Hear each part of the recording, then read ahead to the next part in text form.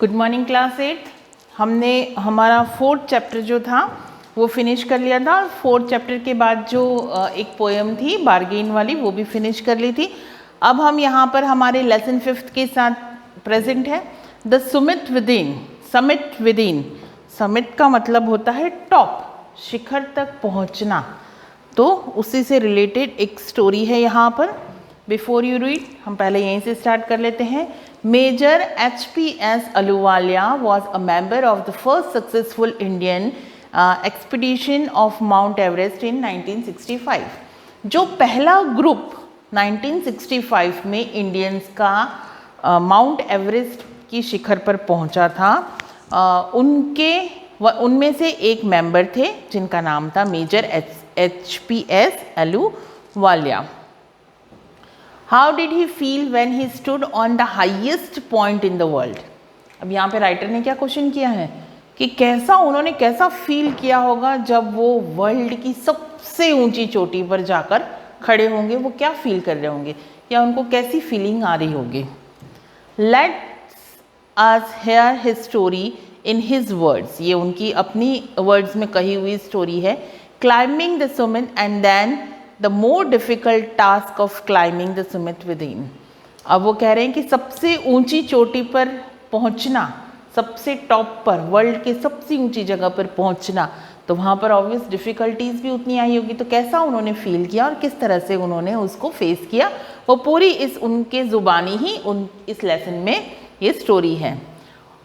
Of all the emotions were surged though me as I stood on the summit of Everest, looking over miles of panorama below us, the dominant one I think was humility। अब वो क्या कह रहे हैं कि जब मैं Everest के टॉप पर पहुंचा, उसकी चोटी पर, सबसे ऊंची चोटी पर पहुंचा, पैनोरामा आप मोबाइल में देखते हैं ना, एक फीचर होता है जहाँ पर अपनी एक नज़र में सब कुछ एक साथ ही नज़र घुमाते हुए हम देखते हैं और फिर जितना भी हम उसको कैच करते हैं उसके पैनोरामा साइज़ में वो सब कुछ इकट्ठा आ जाता है। तो यहाँ पे वो पैनोरामा साइड की बात कर रहे हैं कि मैं वहाँ से खड़ा जितना देख सकता था वो सब कुछ देख रहा था और देखते हुए जिसमें थाउजेंड्स ऑफ माइल्स जो थी वो अंदर आ रही थी, यानी कि दूर दूर तक छोटी छोटी सी बारीक सी चीज़ें भी उसकी साइड्स के अंदर आ रही थी और मैं अकेला वहाँ पर खड़ा आराम से वो नज़ारे को देख रहा था। The physical in me seem to say thank God it's all over.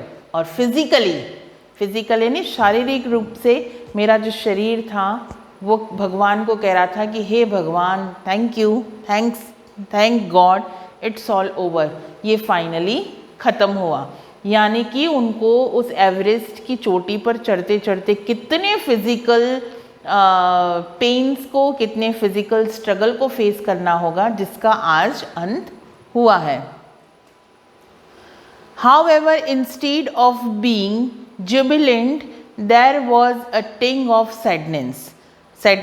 अब वो कह रहे हैं कि जहाँ पर एक तरफ मन में बहुत खुशी थी कि मैं एवरेस्ट की चोटी पर पहुँच गया, वहीं पर कहीं पर मन में एक कोने में दुख भी था। Was it because I had already done the ultimate in climbing and there would be nothing higher to climb and all roads hereafter would let down। अब वो क्या कह रहे हैं, शायद ये दुख इसलिए था कि मैं दुनिया की सबसे ऊंची चोटी पर जाकर खड़ा था, अब इससे ज़्यादा ऊंचा तो कुछ था ही नहीं, कोई ऐसी चोटी नहीं थी अब दुनिया में जो इससे ज़्यादा ऊंची हो। तो मैं शायद, मेरे मन में दुख यही था कि जो सबसे ऊंचा था उस पे आके खड़ा हो गया, अब अगर मुझे कुछ नया अचीव करना होगा तो फिर मैं उससे ऊंची चोटी कहाँ से लाऊंगा। ये उनके मन में कहीं ना कहीं दुख था। बाय क्लाइंबिंग द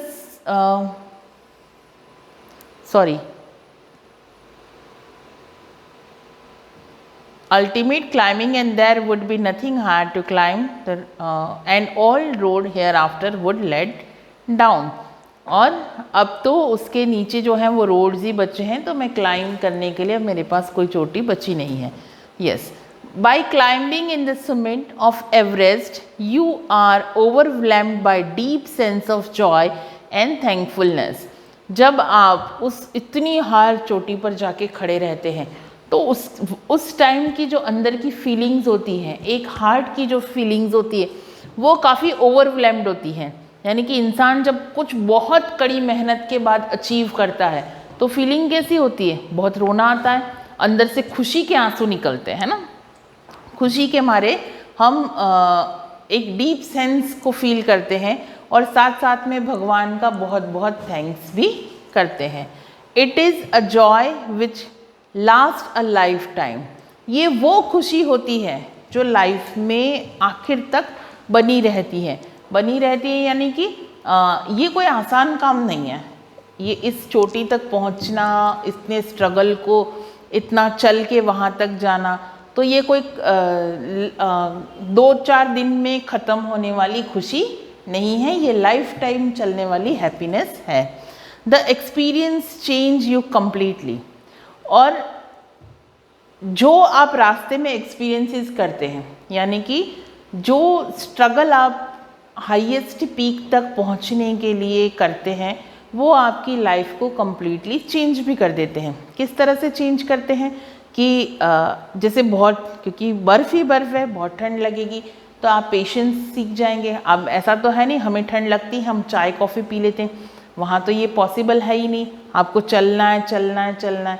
जब आपको वो चीज़ जब आप कहीं टेंट लगा के रह रहे हैं, जब आपको कुछ जो खाने का सामान है वो भी लिमिटेड स्टॉक्स में ही होता है, आपको अपना खुद बैग कैरी करके चलना है। आपके लिए आप थक भी गए हैं तो आपको कोई ऑप्शन नहीं है, आपका बैग कोई दूसरा नहीं पकड़ेगा, या आप कोई वो थक गया है तो उसका बैग आप नहीं, सबको अपना अपना सामान लेके चलना है। यानी कि लिमिटेड फैसिलिटीज़ के अंदर स्ट्रगलिंग करते हुए उस पीक तक पहुंचना है। तो जब इंसान इतना कुछ मैनेज कर रहा होता है तो एक कम्प्लीटली चेंज होकर नया इंसान बनकर नीचे उतरता है। A man who has been to the mountain is never the same again.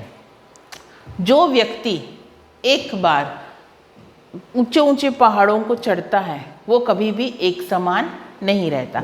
अब हम जैसे हमारे यहाँ की बात कर लेते हैं। हमारे यहाँ तो एक ही पहाड़ी है जो ऊपर माता जी का मंदिर बना हुआ है, राइट। जब इच्छा होती है तो कभी आप जब सभी लोग जो भी यहाँ पे देख रहे हैं वीडियो वो सब चढ़े होंगे, राइट। तो एक पेशेंस रखना पड़ता है ना आपको, आपका फिजिकल फोर्स लगाना पड़ता है। आप आपके साथ अपनी बॉटल खुद कैरी करके जाते हैं। अगर आपको पीना है तो आपको रास्ते में कहीं कोई फैसिलिटी नहीं मिलती है, ज़्यादा से ज़्यादा आप थक जाते हैं तो आप थोड़ी देर रेस्ट करते हैं, फिर आपको पता है कि मुझे आगे कंटिन्यू चढ़ना है। जब आप वहाँ पर पहुँच जाते हैं, उस हाईएस्ट पीक पर जब आप पहुँचते हैं तो वहाँ से इन्जॉय करते हैं उस मोमेंट को, कितनी खुशी होती है। आप आसपास की जगहों को देखते हैं, यहाँ पे वहाँ पे उस व्यू को एंजॉय करते हैं। और आजकल तो हमारे पास उस व्यू को एंजॉय करने के लिए मोबाइल फ़ोन्स भी होते हैं जिससे हम हमारी मेमोरीज़ को एक फ़ोटो के थ्रू कैच कर लेते हैं। तो ये सारी चीज़ें यहाँ पर राइटर यही कहना चाह रहा है। ये तो बहुत छोटी पहाड़ी है, हम बड़े बड़े पहाड़ों की बात कर रहे हैं जहाँ पर चढ़ने के लिए उनको महीनों लगते हैं। तो उस महीनों लगने पे उनका जो स्ट्रगल होता है, उनके जो एक्सपीरियंसेस होते हैं, तो जो व्यक्ति चढ़ना शुरू करता है वैसा का वैसा वो उतरता नहीं है। इन सेंस एक्सपीरियंसेस, स्ट्रगल उसको काफ़ी कुछ हद तक चेंज कर देते हैं। As I look back at life after climbing Everest, I cannot help remarking about the other summit, the summit of the mind, no less formidable and no easier to climb. अब इससे पहले की बात अगर मैं करूं, चढ़ने से पहले की, तो कभी भी मेरे माइंड में इतनी एकाग्रता नहीं थी या इतना ज़्यादा पेशेंस नहीं था, इतना ज़्यादा वहाँ किसी चीज़ को अचीव करने का एक जज्बा नहीं था। धीरे धीरे वो चीज़ जो थी मेरे अंदर आती गई, बढ़ती गई। जैसे जैसे मैं एक्सपीरियंस करता गया, मैं अपने आप को कंफर्टेबल करता गया, अपने आप को ईजी कर, ये कोई ईजी टास्क नहीं था, लेकिन धीरे धीरे मेरे दृढ़ निश्चय ने मुझे इतना सक्षम बनाया कि मैं उस हाईएस्ट पीक तक पहुंच सकूं। अब यहाँ से हम नेक्स्ट वीडियो में कंटिन्यू करेंगे। आप चाहें तो इस स्टोरी को पहले से भी पढ़ सकते हैं ताकि आपके पढ़ने में या समझने में आसानी हो जाए। Thank you.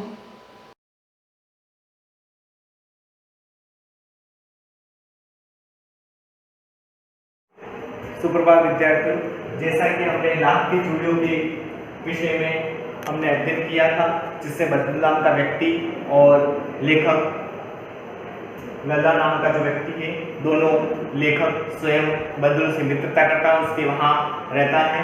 लेखक का स्वार्थ है कि उसे लाख की चूड़ियाँ, लाख की गोलियाँ मिलती हैं, आम मिलते हैं, दूध मिलता है, सब कुछ मिलता है। और बदलू का भी वह एक होनहार बालक की बात उसके पास रहता है और उसे लगता है कि बदलू को लगता है कि यह उसके बेटे के समान है। वह उसके पास देखता है, उसको कार्य भी सिखाने के लिए प्रेरित करता है, वहाँ तक दिया।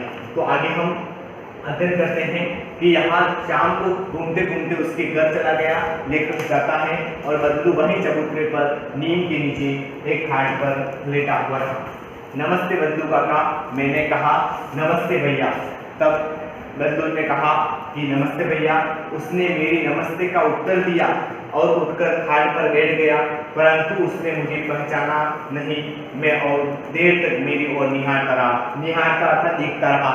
वह बदलू ने प्रणाम किया है, नमस्ते किया है, वह खाट पर बैठ गया है, सोया हुआ था और उसके बाद भी उसने बार बार देख रहा है, लेकिन उसको उसकी स्मृति में नहीं आ रहा है यह व्यक्ति जो आया है वो कौन है, इसलिए वह निहारता रहा। मैं हूँ जनार्दन काका। उसने कहा मैं जनार्दन हूँ, क्योंकि प्रेम से उसको लड़ा क्या था, लेकिन नाम क्या था उसका, जनार्दन। काका आपके पास से गोलियां बनवा कर ले जाता था, मैंने अपना परिचय दिया। तब क्या परिचय दिया कि मैं आपसे गोलियां बनाता था कांच की, लाख की, और मैं आपके पास प्रतिदिन आया करता था। कुछ देर फिर शांति रही, मैंने इधर उधर दृष्टि दौड़ाई, न तो मुझे उसकी मछलियाँ ही नजर आई, न ही पट्टी। लेखक ने देखा कि इधर उधर उसने देखा, लेकिन ना तो मछलियाँ नजर आई, अर्थात खाट नजर आया जो वह भट्टी के पास में पड़ा हुआ रहता था और जहाँ से वह लाख की चूड़ियाँ बनाता था, और न ही वह भट्टी भी नजर आई। आजकल काम नहीं करते काका, मैंने पूछा। तब कहा नहीं लला, काम तो कई साल से बंद है, मेरी बनाई हुई चूड़ियाँ कोई पूछे तब तो गांव गांव में कांच का प्रचार हो गया है। कुछ देर चुप रहा, फिर बोला मशीन युग है न यह लला, आजकल सब काम मशीन से होता है, खेत भी मशीन से जोते जाते हैं, और फिर तो सुंदरता कांच की चूड़ियों में होती है, वो लाख की चूड़ियों में कहाँ संभव है। लेखक को बदलू कहता है। बदलू ने पहले लेखक से पूछा क्या बात है, काम धंधा बंद कर दिया है। बदलू ने कहा कि काम धंधा आजकल उन चूड़ियों को पूछता कौन है जिसके कारण मैं और बनाऊं। पहले खपत होती थी तो बनानी पड़ती थी, अब मांग नहीं है तो बनाने से महत्व भी नहीं है, क्योंकि गांव में शहरों से जो शहरीकरण ने गांव तक भी अपने पैरों को फंसा दिया है, जिसके कारण जो गांव के लोग लाख की चूड़ियां पहनते थे वे भी आज किसकी लाख की चूड़ियों की जगह कांच की चूड़ियां पहनना पसंद करते हैं।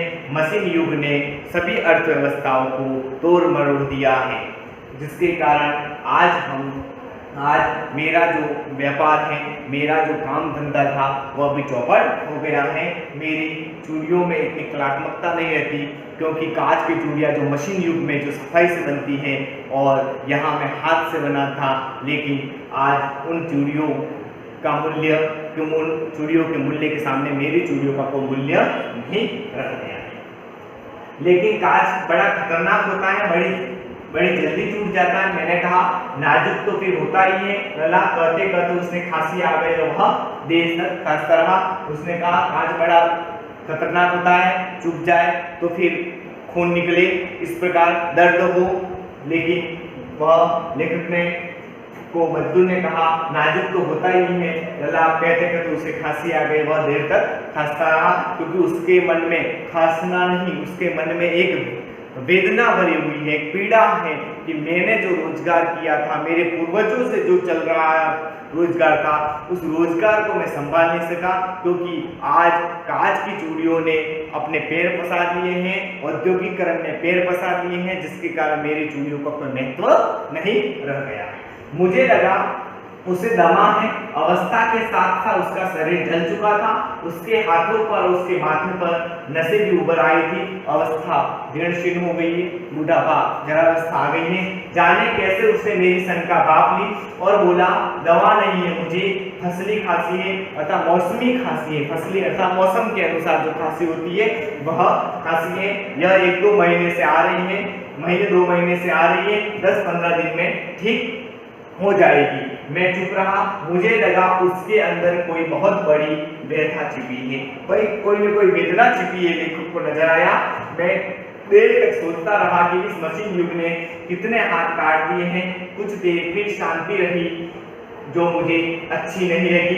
आम की फसल अब कैसी है काका? कुछ देर पश्चात मैंने बात का विषय बदलते हुए पूछा। अच्छी है लला, बहुत अच्छी है, उसने लहक कर उत्तर दिया। अंदर अपनी बेटी को आवाज दी, अरे रज्जो लला के लिए आम तो ले आ। फिर मेरी ओर मुखातिब होकर अर्थात देखकर, मुखातिब का अर्थ है देखकर बात करना है ना, सामने मुख के सामने बात की। बोला माफ करना लला, तुम्हें आम खिलाना भूल गया था। नहीं नहीं काका, आम तो इस साल बहुत खाएंगे, वाह वाह, बिना आम खिलाए कैसे जाने दूंगा तुमको। इस प्रकार आगे मैं चुप हो गया। मुझे वे दिन याद हुआ जब वह मेरे लिए मलाई बचा कर रखता था। गाय तो अच्छी है ना काका? मैंने पूछा। गाय कहाँ है लला? 2 साल हुए, बेच दी। कहाँ से खिलाता? इतने में रज्जो उसकी बेटी अंदर से एक डलिया में ढेर सारे, डलिया अर्थात बांस से टोकरी है ना जो बनी होती है, उससे ढेर सारे आम ले आई और यह तो बहुत है काका, इतने कहाँ खा पाऊंगा। मैंने कहा वाह वाह, वह हंस पड़ा। शहरी ठहरे न, मैं तुम्हारी उम्र का था तो इसके 4 गुने आम खाते था। जैसे 4 के 16 आम है ना, 4 आम लेके आए, 4 के 4 गुने 16 आम खा लेता था, तुम्हारी उम्र का था, ऐसा बदलू ने लेखक से कहा है। आप लोगों की बात और है, मैंने उत्तर दिया। अच्छा बेटी, लला को 4-5 आम छाट कर दो, सिंदूरी वाले देना। देखो लला कैसे हैं, इसी साल यह पेड़ तैयार हुआ है। रज्जो ने 4-5 आम अंजुली में लेकर मेरी ओर बढ़ा दिए।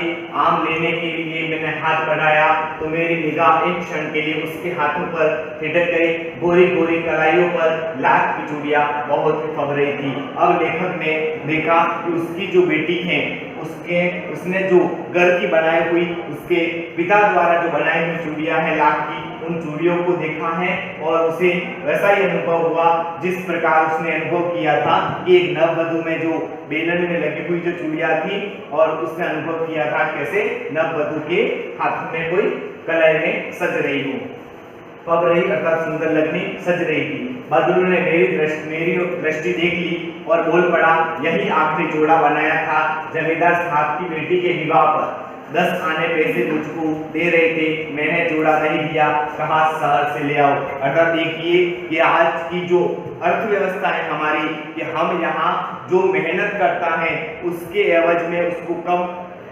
मजदूरी मिलती है। किस प्रकार बदलू नाम का जो व्यक्ति है वह किस प्रकार मेहनत करता है, चूड़ियां बनाता है, और उस मेहनत के बाद उसको उसका मूल्य नहीं, एक जोड़े का 10 पैसा, और उसी की जगह उस समय की बात करें तो यहाँ 10 पैसा देने के लिए तैयार नहीं है, और वहाँ लाख की चूड़ियों, कांच की चूड़ियों का 1 रुपया देने के लिए भी तैयार हो जाते हैं उस समय की बात करें तो भी। तो यहाँ जो जोड़ा था विवाह के अवसर पर, जमींदार साहब था अमीर वर्ग का व्यक्ति, जो भी इस प्रकार गरीब व्यक्ति को और गरीब बनाने की सोचता है, ऐसा व्यक्ति भी उनके साथ अहित करता है। तो यहाँ यही बात की गई है कि मुझको दे रहे थे लेकिन मैंने जोड़ा नहीं दिया और शहर से ले आओ, ऐसी बातें की मैंने आम ले लिए और खाकर थोड़ी देर पश्चात चला आया। मुझे प्रसन्नता हुई कि बदलू ने हारकर भी हार नहीं मानी। उसका व्यक्तित्व कांच की चूड़ियों जैसा न था,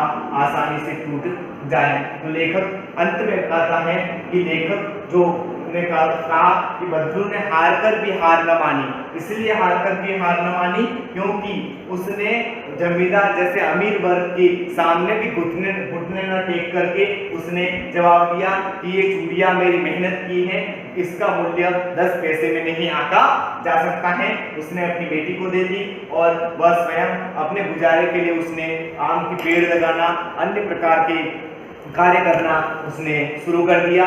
और वह उस दिन जो पूर्वजों द्वारा दिया हुआ जो व्यापार है, कार्य था, उसने स्वयं ही जो उसको लगा उसके अनुसार उसने कार्य किया। इस प्रकार इस अमीर वर्ग और गरीब वर्ग के बीच में जो खाई बढ़ती जा रही है उसको कम करने के लिए और हम भी जहाँ जिस क्षेत्र में रहते हैं देखना चाहिए वास्तविकता में कि किस वर्ग में अभी दीपावली की आने वाली है और भी त्योहार आने वाले हैं। जो भी त्योहार तो जो हम चाहें तो कुछ ऐसी वस्तु, कलात्मक वस्तुओं को लें जो ग्रामीण वक्त किसी का पेट भरे। ऐसा नहीं कि औद्योगिकरण, मशीनीकरण युग में जो जो चीज़ें एक मिनट में, 2 मिनट में तैयार होकर आ रही हैं, 1000 रुपए में महंगे खरीद करके उन्हें लाएं। ऐसा भी न हो कि वो हमारे लिए प्रदूषण का कारण बने, हमारे जीवन को घातक बनाए। इसलिए हमें ऐसे ही वस्तुओं का प्रयोग करना चाहिए। धन्यवाद।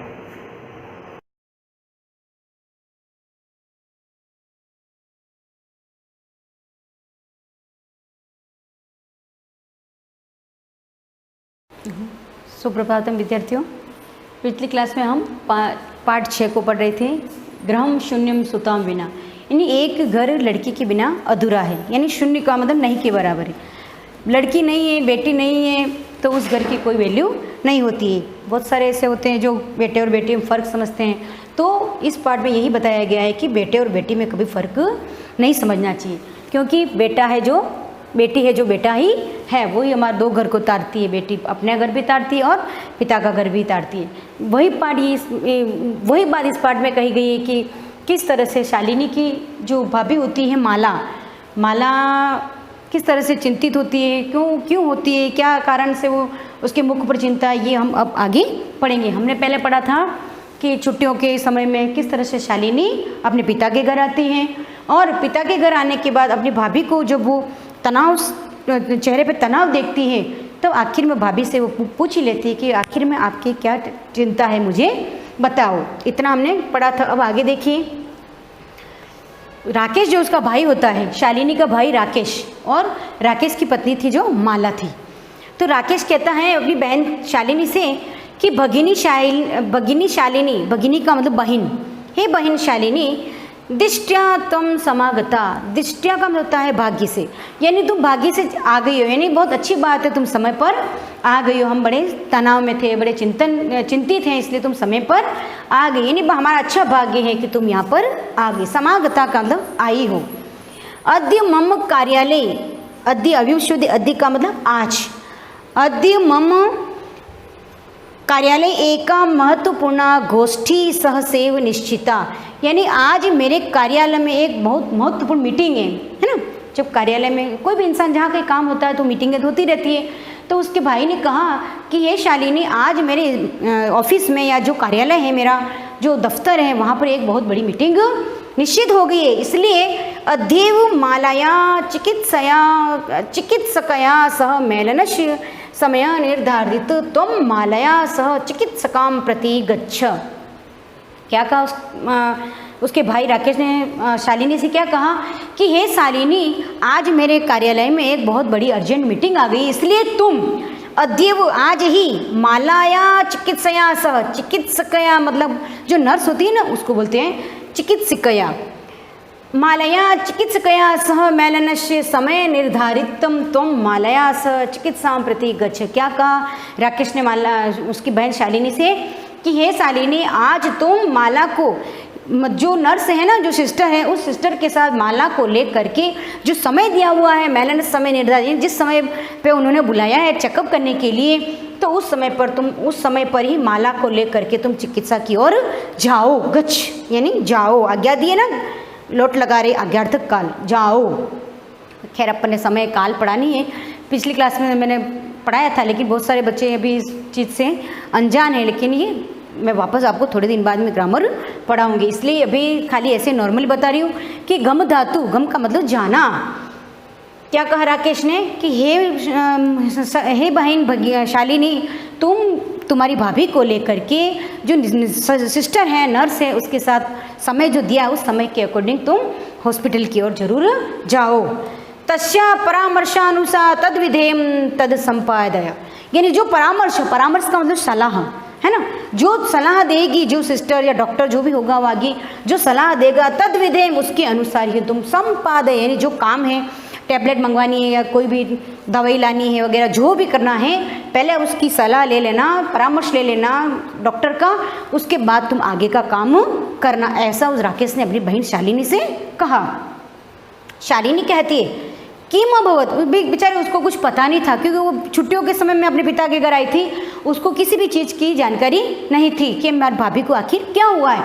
लेकिन फिर भी उसने अपने भाई से प्रश्न किया कि किम अभवत, किम का मतलब क्या हुआ है भैया, क्या हुआ है मुझे बताइए। शालिनी क्या कहा, किम अभवत, क्या हुआ है। भातृजाया, भातृजाया का मतलब होता है भाभी, भातृजाया का मतलब क्या होता है, भाभी। भातृजाया स्वस्थ समीचीनम नास्ति, समीचीनम अवयव शब्द है, समीचीनम का मतलब भली भांति या ठीक प्रकार से, ठीक तरह से। क्या कहा शालिनी ने अपने भाई से, किम अभवत, भाई क्या हुआ है। भातृजाया स्वस्था समीचीन नास्ति, भाभी कोई स्वस्थ नज़र नहीं आ रही है, यानी भाभी की हालत मुझे कोई अच्छी नज़र नहीं आ रही, उनकी तबीयत थोड़ी सी खराब सी मुझे दिखाई दे रही है। अहम तो हय प्रवृत्ति पश्यामी सा स्वस्था न प्रतिभाति। क्या कहा उस बहन ने भाई से कि भाई अहम का मतलब मैं, अहम तू का मतलब तो, मैं तो हय, देखो ये हय शब्द है, हय अवयव शब्द है, श्वः का मतलब आने वाला कल और हयम का मतलब बीता हुआ कल, जो बीत गया है ना, बीत गया नहीं जो चला गया है। तो क्या कह रही है शालिनी, अहम तो हय प्रवृत्ति का मतलब बहुत अत्यधिक, पश्यामी देख रही हूँ, सा का मतलब वह, स्त्रीलिंग के लगता है, कौन है सा, कौन है यहाँ पर, भातृजाया माला। अहम तो हये प्रवृत्ति पश्यामी सा स्वस्था न प्रतिभाति। शालिनी ने कहा भैया मैं आई हूँ तब से देख रही हूँ कि भाभी बिल्कुल लंबे समय से, यानी बहुत कुछ जितने भी दिन हुए होंगे उसको आए हुए, तो उसे वो कह रही मैं लंबे समय से भाभी को स्वस्थ नहीं देख रही हूँ, यानी भाभी के चेहरे पर मुझे चिंता सी रेखाएं नजर आ रही हैं, कुछ टेंशन में है ऐसा मुझे लग रहा है। इति प्रतीयते स्म, ऐसा मुझे आभास हो रहा है। आखिर में क्या बात हुई है वो मुझे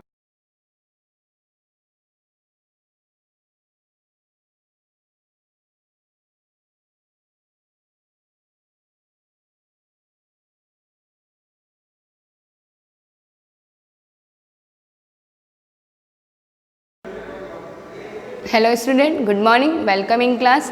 लास्ट टाइम मैंने आपको इसमें कुछ फॉर्मूले बताए थे, 3D डायमेंशनल शेप, मतलब 3D शेप के बताए थे, ठीक है, जिसमें क्यूबॉइड, सिलेंडर, क्लियर, और एक्सप्लेन भी किया था कि किस टाइप से फॉर्मूले यूज़ किए, मतलब आए हैं और कैसे फॉर्म हुए हैं। अब आपके उसी के बेस पर हम 11.3 स्टार्ट करते हैं आज। तो फर्स्ट क्वेश्चन ही देखना, जैसे मैंने कहा भी था कि इसको ट्राई करके देखना, आपने किया हो तो बेटर है, अदरवाइज नहीं किया हो तो मैं करवा रही हूँ, ठीक है। यहाँ पर अब जैसे फर्स्ट क्वेश्चन देखना, there are two cuboidal box are shown in the adjoining figure, which box require the lesser amount of the material to bake। इसमें ये बताना है कि जैसे 2 बॉक्स आपको अलग अलग शेप के दे रहे, एक तो अब इसमें आपको आइडेंटिफाई भी करनी है कि ये शेप कौन सी है। तो मैंने बताया था कि इसमें लेंथ ब्रीथ हाइट की और थोड़ा रेक्टेंगल शेप का होगा तो वो क्यूबॉइड होगा, मतलब क्यूबॉइडिकल शेप है वो, और एक मैंने बताया था क्यूबिकल शेप, ठीक है। तो इसमें एक जो ए वाला है वो आपके कौन सा शेप है, क्यूबॉइडल मीन्स क्यूबॉइड है, और बी वाला जो है आपके वो क्यूबिकल है, ठीक है, क्योंकि इसमें 50-50 तीनों सेम दे रखे हो, सेम किस में होता है, क्यूब में होता है।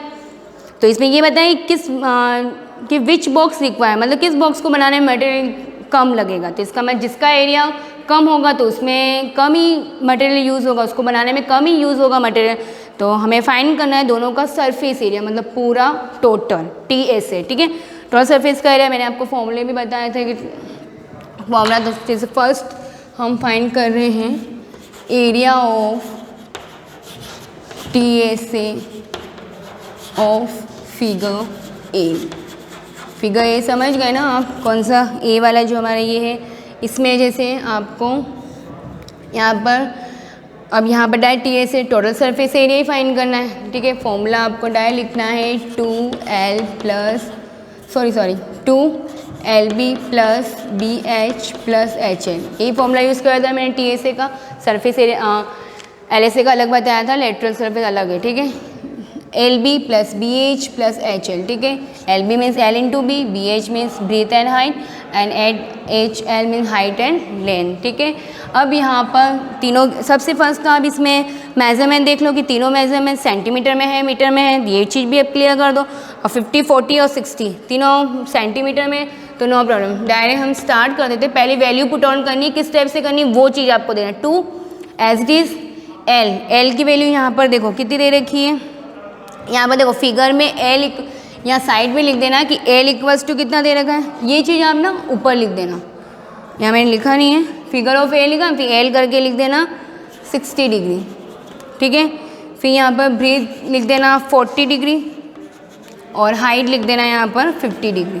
Sorry, L equals to 60 centimetre, B equals to breadth 40 centimetre और H equals to 50 centimetre, degree नहीं सेंटीमीटर,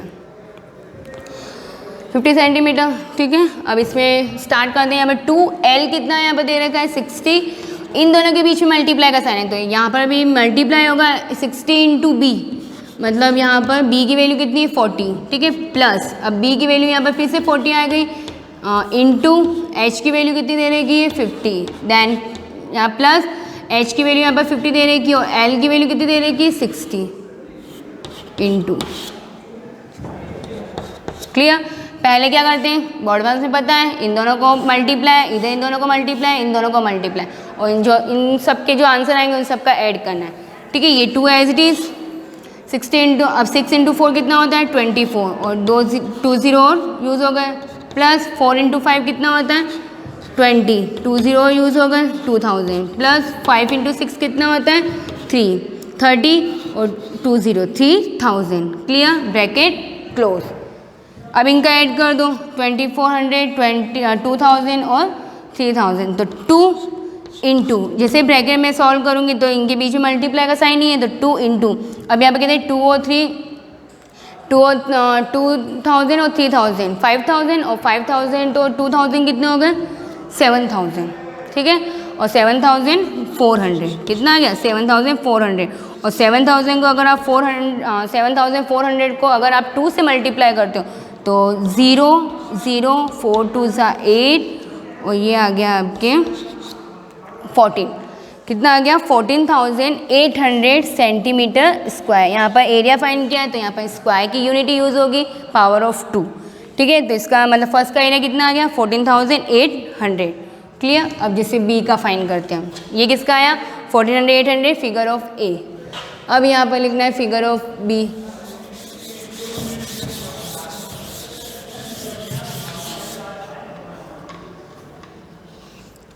फिगर ऑफ बी।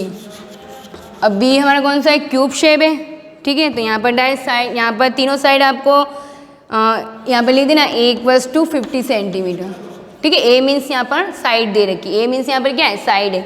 अब यहाँ पर टी ए से और फिगर ऑफ बी मतलब क्यूबिकल शेप है, क्यूब शेप है, तो फॉर्मूला कौन सा यूज़ होगा यहाँ पर 6 साइड स्क्वायर, ठीक है। 6 इंटू साइड स्क्वायर, भाई यहाँ पर a आप 6a स्क्वायर भी लिख सकते हो, वो एज योर डिपेंड 6। अब यहाँ पर साइड कितनी दे रखी थी 50 का स्क्वायर, यहाँ पर क्या दे रखा है 50 स्क्वायर। अब यहाँ पे अब क्या करोगे, पहले इनका मल्टीप्लाई नहीं करना है, पहले 50 का स्क्वायर करना है। क्या करना है, पहले 50 का स्क्वायर करना है। अब यहाँ पर देखो 6 इंटू, ठीक है। अब 50 का स्क्वायर, 5 का स्क्वायर कितना होता है 25, 5 का स्क्वायर कितना होता है 25, और 2 0 और आ जाएंगे, यहाँ पर कितने आ गए 2 0 और आ जाएंगे। अब इनका मल्टीप्लाई कर लो, ठीक है। अब ये 00 और 25 6 का कितना होता है 150, तो यहाँ पर 15,000 इसका एरिया आ गया, 15,000 एरिया सेंटीमीटर स्क्वायर, क्लियर। देखो 2 0 और 25 6 का कितना होता है 150, और ये कितना आ गया 15,000, और पहले का एरिया कितना आया था हमारे ए वाले फिगर का शेप का उसका आया था हमारे 14,800, ठीक है। तो इन दोनों में से सबसे लेजर एरिया किसका आया, ए वाले का। तो इसका मतलब मटेरियल भी किस में चाहिए, कम किस में चाहिए, फर्स्ट वाले में। तो लिख देना 100 बॉक्स ए, वही फिगर ए बॉक्स ए लिख देना। Require lesser material, lesser amount of material, clear. मतलब इसका एरिया क्या था, मतलब बॉक्स ए का एरिया बी से तो कम था ना, तो जिसमें कम था यही पूछा है कि जिसका एरिया कम है उसमें कम मटेरियल यूज़ होगा, तो ये वाला ए आपके आंसर हो गया। अब सेकंड क्वेश्चन बाद में करवाऊंगी, पहले थर्ड क्वेश्चन आप देख लो। इसमें देखना, find the side of the cube whose surface area 600 centimetre. मतलब आपको इसमें साइड दे रखी है, इसमें क्या दे रखी है, साइड दे रखी है।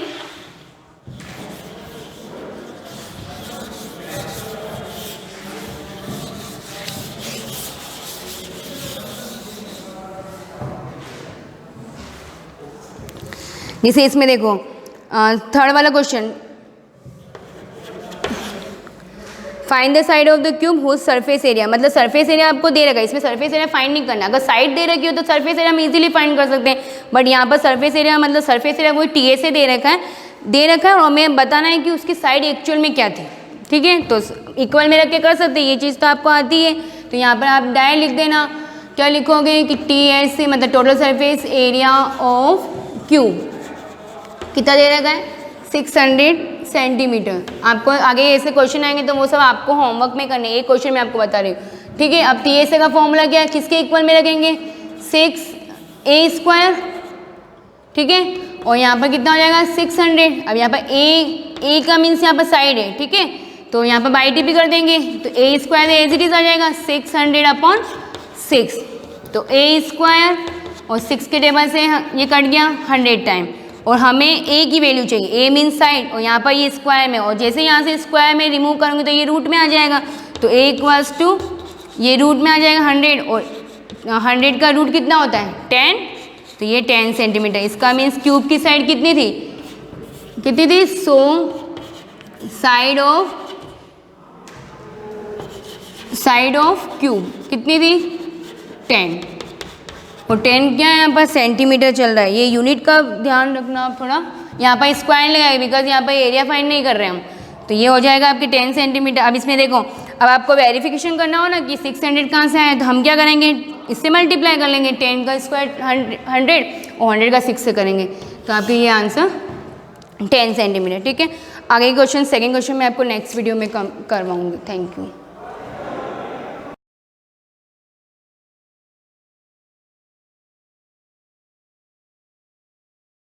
Good morning class 8 new chapter के साथ स्टार्ट करते हैं हम। लेसन 4 हमारा है मटेरियल्स के बारे में।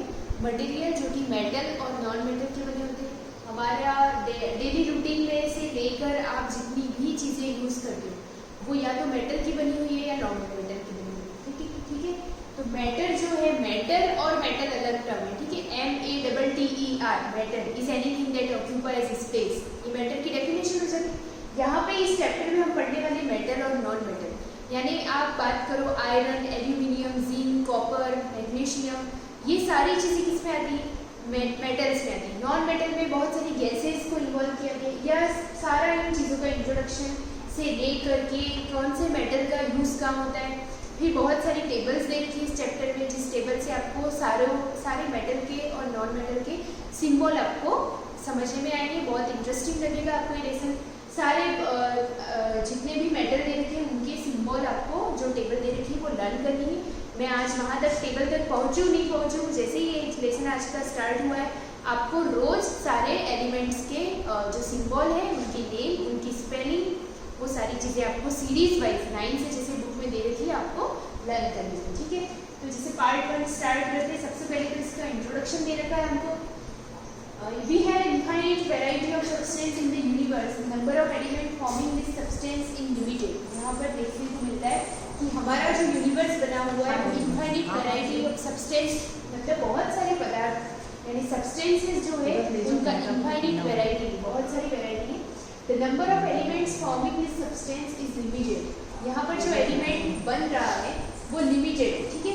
There are now more than 92 naturally occurring elements. यहाँ पे कुछ नंबर दे रखा है कि नेचुरली मेटल्स कितने होते हैं, तो 92 नंबर दे रखा है।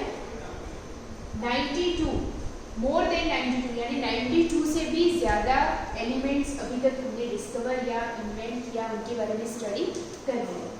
And important classification of element is in term of metal and non metal, यानी कि हमने जो एलिमेंट निकाले हैं 92 से भी ज़्यादा निकाले हैं, बहुत सारे निकाले, अब तो और ज़्यादा है।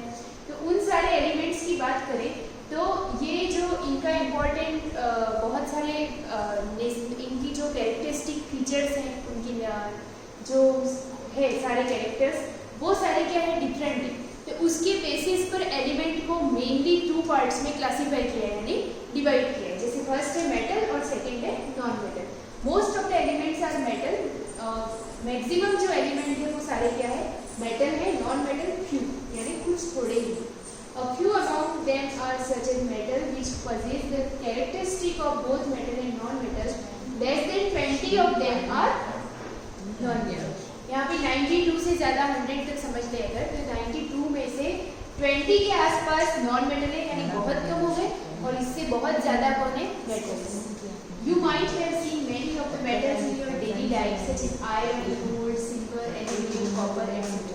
है ना, ये सारे कॉमन नेम दे रखे हैं जो आपकी डेली रूटीन लाइफ में आप इनको यूज़ करते हो, देखते हो, आपने इनको फील किया है या इनकी कैरेक्टरिस्टिक आप अच्छे से जानते हो। तो आपको कोई एग्जांपल इसमें पहले दिया है ताकि आप मेटल को ऐसे नहीं समझो कि मेटल क्या होता है, हमने मेटल नहीं देखी। तो मेटल ये है आयरन, लोहा जो आप देखते हो, गोल्ड, जो गोल्ड सिल्वर, ये जो दो चीज़ें ये ऑर्नामेंटली यूज़ की जाती है, बहुत ज़्यादा कॉस्टली होती है, तो इनको हम ऑर्नामेंटली यूज़ करते हैं गहने बनाने में, गोल्ड और सिल्वर को।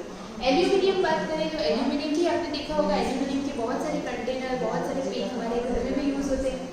कॉपर, कॉपर यानी तांबा, तांबा जो होता है कॉपर, वो सबसे ज़्यादा गुड क्या होता है, कंडक्टर होता है, यानी बहुत ही बेस्ट कंडक्टर होता है। बेस्ट तो सिल्वर होता है, बट सिल्वर कॉस्टली पड़ जाता है, इसलिए हमारे घर में जो इलेक्ट्रिसिटी वायर होते हैं वो कॉपर के होते हैं। तो ये सारे चारों जो एग्जाम्पल दे रखे हैं वो किसके, मेटल के। See the observation given in table and try to distinguish between metal and non metal। यहाँ पे दे रखा है कि ये सारे ऑब्जेक्ट मटेरियल दे रखे हैं जो मेटल की कैटेगरी में आते हैं, इनमें शाइन कैसा होता है।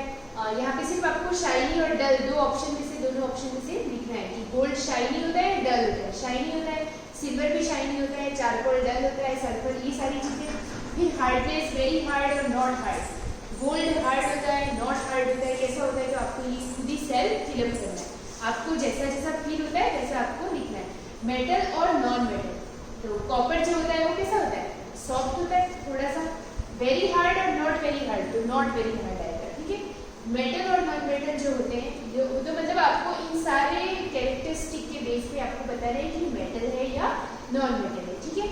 उसके बाद आगे यहाँ पे जैसे दे रखा है, you will learn about physical. आपको इस चैप्टर में क्या पढ़ने को मिलेगा, तो आपको पढ़ना है केमिकल प्रॉपर्टीज और physical properties of metal and non metal. Metal और नॉन मेटल की physical as well as chemical दोनों प्रॉपर्टीज आपको पढ़ने को मिलेगी।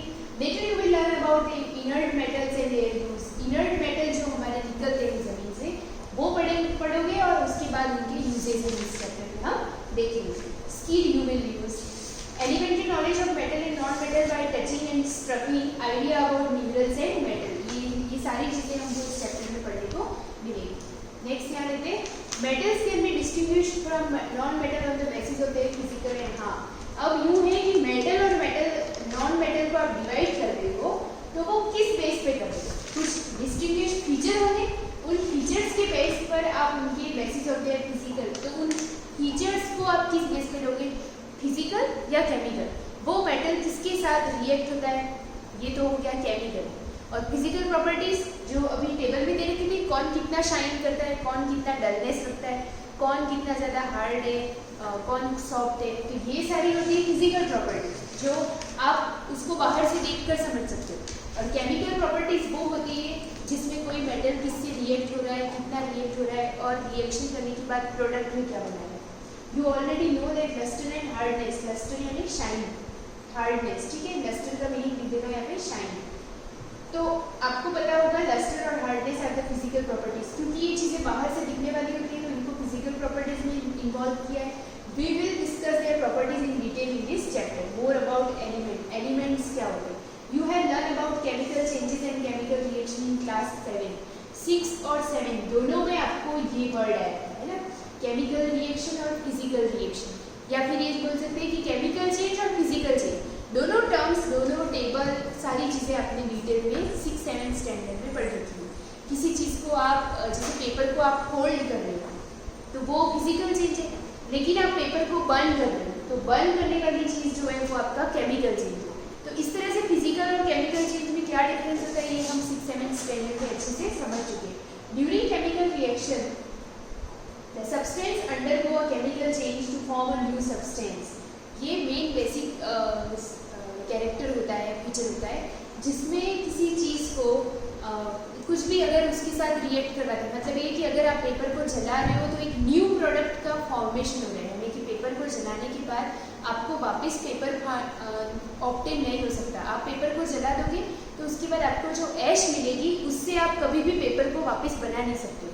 तो आपको केमिकल रिएक्शन का ये बेसिक चीज़ होती है, केमिकल रिएक्शन या केमिकल चेंज को समझना है तो आपको ये समझना होगा कि कभी भी कोई चीज़ को हम न्यू सब्सटेंस में प्रोवाइड नहीं कर सकते. मतलब ये कि न्यू सब्सटेंस हमको नहीं मिल रहा है, जैसे न्यू सब्सटेंस नहीं मिल रहा है तो फिजिकल चेंज होता है. जैसे आपने पेपर को फोल्ड किया, लेकिन फोल्ड करने के बाद भी वो रहेगा क्या, पेपर ही रहेगा, तो वहाँ पर न्यू सब्सटेंस नहीं बना, पेपर पेपर ही रहा, भले उसको फोल्ड करो कितनी भी बार करो, तो वो फिजिकल चेंज है. लेकिन अगर आप पेपर को बंद कर रहे हो तो एक न्यू सब्सटेंस हमेशा आपको ऑब्टेन होता है, और न्यू सब्सटेंस जिसमें भी ऑब्टेन होता है वो केमिकल चेंज होता है. जहाँ पर न्यू सब्सटेंस फॉर्म नहीं होता वो फिजिकल चेंज है. जैसे मिल्क से आप कर्ड बना रहे हो तो मिल्क तो रहा ही, अब कर्ड से आप वापस मिल्क नहीं बना सकते, तो वो क्या है, केमिकल चेंज है. कर्ड जैसे बन गया है तो कर्ड से वापस मिल्क नहीं बन सकता, तो ये प्रोसेस कौन सी होगी, इरिवर्सिबल. इरिवर्सिबल यानी ये चीज़ भी हम 6-7 में पढ़ चुके हैं. जिस प्रोसेस को आप रिवर्स करके वापस पहले जैसा नहीं बना सकते तो वो इरिवर्सिबल है. जैसे पेपर को फोल्ड किया, वुड को कट किया, लेकिन वो रहेगा क्या, वुड ही रहेगा, तो वो फिजिकल चेंज है. लेकिन वुड को बर्न किया तो वो क्या है, केमिकल चेंज है. तो मिल्क टू कर्ड बनना ये भी क्या है, केमिकल चेंज, जिसमें आपको एक न्यू सब्सटेंस मिलता है और इरिवर्सिबल प्रोसेस होता है, यानी कि वापस आप उस दही से दूध बनाने जाओगे तो वो चीज़ वापस नहीं बनेगी. तो न्यू सब्सटेंस बनने वाला चीज़ हमेशा क्या होती है, केमिकल चेंज होती है.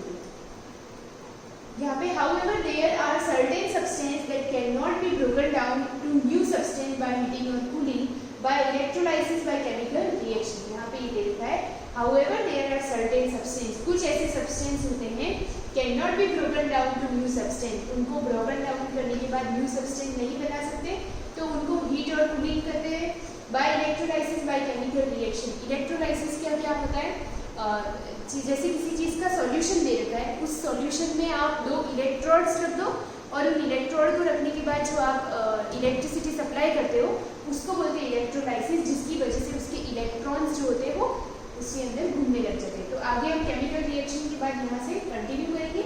आपको अभी से मैं बोल रही हूँ कि कल आपको 20 तक आपकी जो टेबल में यहाँ पे दे रखे ये सारे एलिमेंट की टेबल बनानी है नोट्स में, और साथ ही साथ इसको लर्न करके नेक्स्ट क्लास में आना है.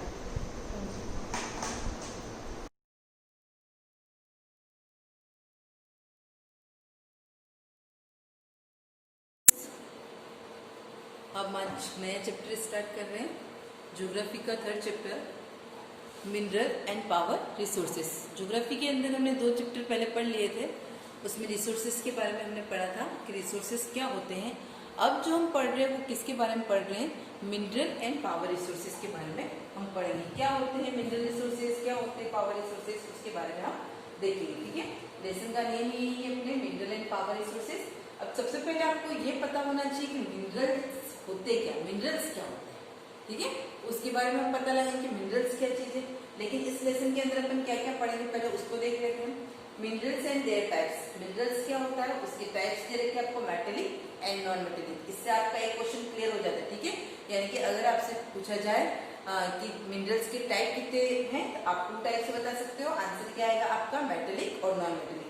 उसके अंदर आपको सब पॉइंट भी दे रखे होंगे, लेकिन अभी अपना क्या आंसर है, मेटेलिक और नॉन मेटेलिक. ठीक है, उसके बाद दे रखा है method. Uses for extracting minerals, mining, drilling and quarrying. ठीक है, जो मेथड्स होती है मिनरल्स को जहाँ से निकाला जाता है, जिन खदानों से निकाला जाता है, उसके बाद हम इस लेसन में पढ़ेंगे जो मिनरल्स आते हैं वो प्योर होते हैं, जो उसमें कुछ मिलावट होती है, तो उनको शुद्ध कैसे किया जाता है, किनसे क्या चीजें बनाई जाती है, तो उसकी अलग अलग क्या होती है प्रोसेसिंग होती है, माइनिंग, ड्रिलिंग, क्वेरिंग, उनको शुद्ध करने की अलग अलग प्रक्रिया होती है, उसके बारे में पढ़ेंगे अपन।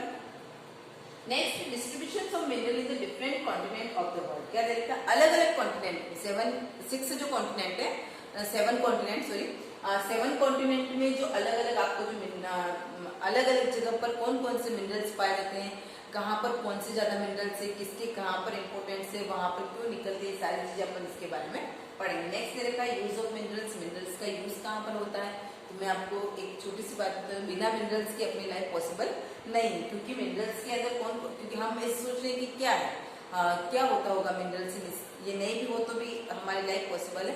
लाइफ पॉसिबल है, आप जीवन यापन कर सकते हो, लेकिन हमको जितनी भी सुविधा है, जो भी हमको आवश्यकता की चीजें, बेसिक नीड्स है, जिसके अंदर आजकल हमारी नीड्स क्या हो बढ़ गई। पहले लोगों की नीड्स क्या थी, नॉर्मल नीड्स थी, उनको खाना पीना सोना यही होता, लेकिन आजकल हमारी आवश्यकताएं बढ़ गई, तो उसके कारण बहुत सारे मिनरल से ऐसी चीजें बनती हैं। हम आगे आगे पढ़ते जाएंगे कौन कौन सी चीजें बनती है, आप लोगों को पता भी नहीं होगा कि किस मिनरल से कौन कौन सी चीजें बनती है और कौन कौन से हमारे लिए यूजेबल है, उसके बारे में हम पढ़ेंगे। मिनरल कंजर्वेशन, किस प्रकार से इनको कंजर्व करके रखना चाहिए, ताकि ज्यादा उपयोग नहीं करना चाहिए, वेस्ट नहीं करना चाहिए अपने को, जितना जरूरी है उतना ही अपने को इसका यूज करना चाहिए। नेक्स्ट रखा है classification of power resources. Power resources दो रखे, उनमें भी 2 टाइप के रखे, कन्वेंशनल एंड नॉन कन्वेंशनल, उसके बारे में हम पढ़ेंगे। ठीक है, तो इस लेसन के अंदर अपने को इतना सब पढ़ना है, आपको मैंने अभी बेसिक बताया है, इस लेसन के अंदर अपन ये सारे पॉइंट्स पढ़ेंगे, इनकी डिटेल्स अपन पूरे लेसन में पढ़ेंगे। फर्स्ट अपन पढ़ते हैं मिनरल्स। मिनरल्स क्या होते हैं, फर्स्ट लाइन है, आप अंडरलाइन कर दो, मैं रीडिंग कर रही हूँ इसको। Any natural occurring substance having a defined chemical composition is a mineral. क्या दे रखा है आप लोगों को, any natural occurring substance, any naturally का मीन्स क्या होगा, प्राकृतिक, यानी कि क्या दे रखा है आपको, कोई भी प्राकृतिक ऐसा सब्सटेंस का मतलब तत्व कह सकते हो, डिफाइंड केमिकल, उसके अंदर क्या होगा, डिफाइंड केमिकल, एक जो केमिकल होता है, सभी के अंदर जो भी मिनरल्स होंगे उनके अंदर पर्टिकुलर आप कह सकते हो कि केमिकल्स होते हैं।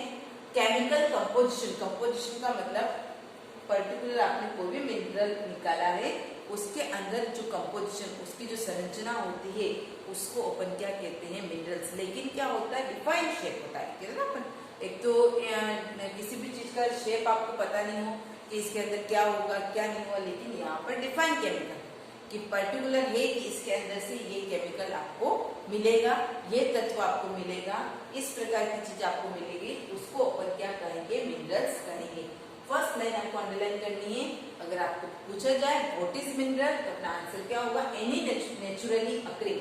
और ये जो होता है ना, इसको अपन ये कह सकते हैं, मिनरल्स जो होते हैं वो नेचुरल होते हैं, ठीक है, नेचुरल होते हैं, मैन मेड नहीं होते। मैन मेड के अंदर हमने फर्स्ट चैप्टर में पढ़ा था, ह्यूमन रिसोर्सेज जो होते हैं वो मैन मेड के अंदर आते हैं, उसके बारे में हमने पहले ही क्लियर कर दिया था। अब यहाँ पर नेचुरली अकरिंग जो नेचुरल प्रकट होते हैं और नेचुरल प्रोसेसिंग से होते हैं, वो प्रोसेसिंग में भी अपन पढ़ेंगे।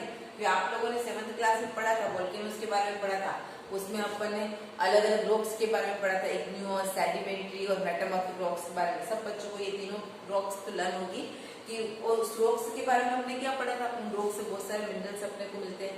तो वो जो मिनरल्स बनते हैं उनका कंपोजिशन कैसे होता है, किस प्रकार से बनते हैं, तो उनका क्या होता है, नेचुरली होता है, प्राकृतिक है ये, ठीक है। सबसे डिफाइंड केमिकल कंपोजिशन, उसके अंदर जिस प्रकार का अपन केमिकल प्राप्त कर रहे हैं, क्योंकि अलग अलग प्रकार के मिनरल्स होते हैं, उनसे अलग अलग प्रकार के कौन कौन सा उससे केमिकल, अलग अलग कौन सा उससे पर्टिकुलर अपने को मिनरल्स मिलेगा, तो उसके अंदर वो डिफाइंड होता है, ठीक है। तो उसको अपन देखते हैं कि कैसे बनता है, क्या बनता है। तो ये जो बनने की प्रोसेसिंग है उसको अपन क्या कहेंगे, मिनरल्स।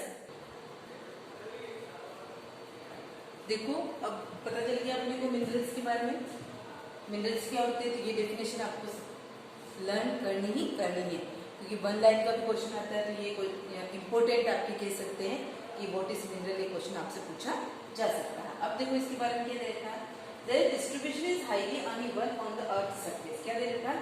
डिस्ट्रीब्यूशन का मतलब क्या होता है? बंटवारा। Is highly uneven on the earth surface, हमारी पृथ्वी की सतह पर जो मिनरल्स का जो डिस्ट्रीब्यूशन है वो क्या है? अनइवन। अनइवन का मतलब क्या होता है? असमान है। कहीं पर बहुत ज्यादा है, कहीं पर बहुत कम है। कोई कह सकते हैं किसी चीज में, जैसे अपना राजस्थान टॉप मोस्ट पे आता है, किसी में झारखंड आता है, किसी में एमपी आता है। तो ये क्या हुआ है? यहाँ पर अनइवन डिस्ट्रीब्यूशन हुआ है।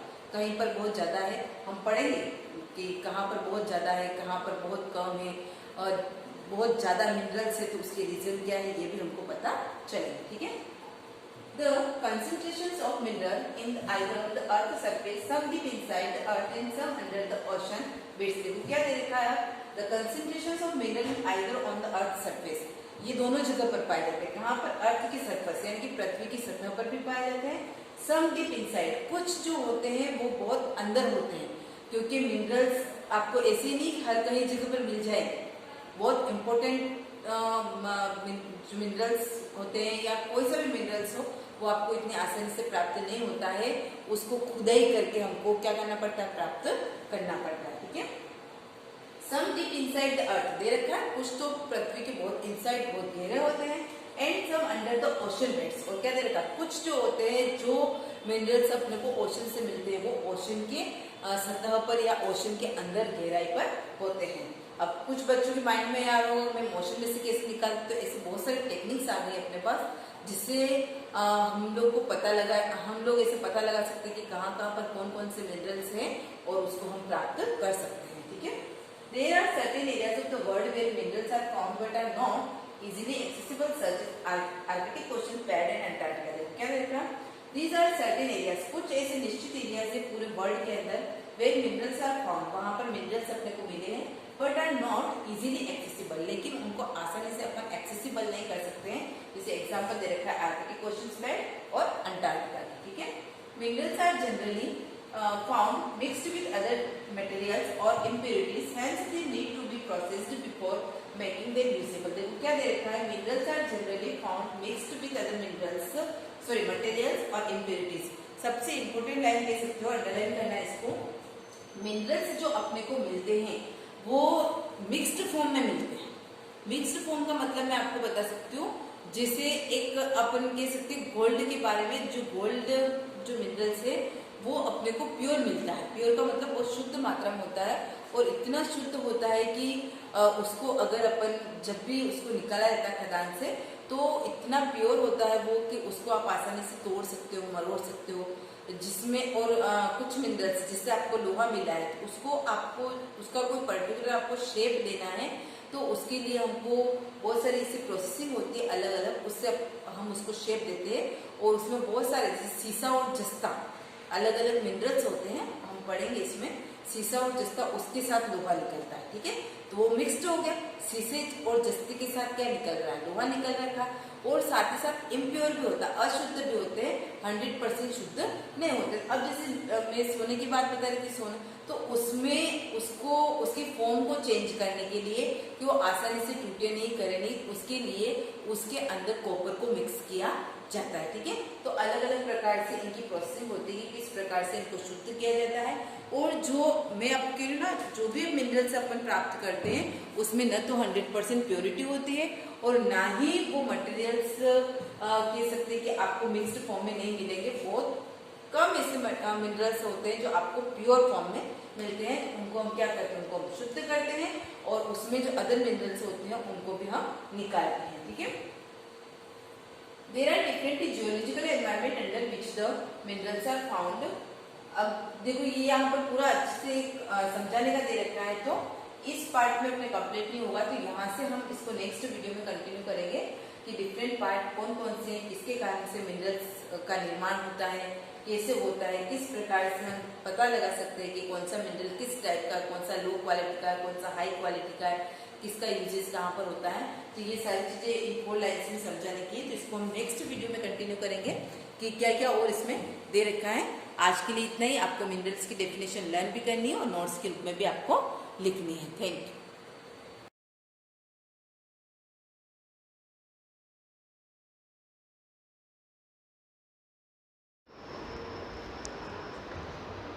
Good morning students.